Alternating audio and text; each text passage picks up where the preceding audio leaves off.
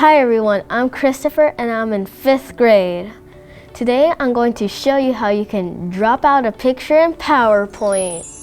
It's a trick where you can choose a picture and remove the background completely. Let's get started. First, create a new slide in PowerPoint. Now find an image with a background you want to remove and paste it on the new slide. To access the dropout feature, select the picture.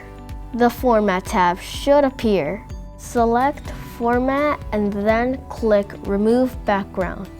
Here you can mark the areas you want to keep and the areas you want to remove.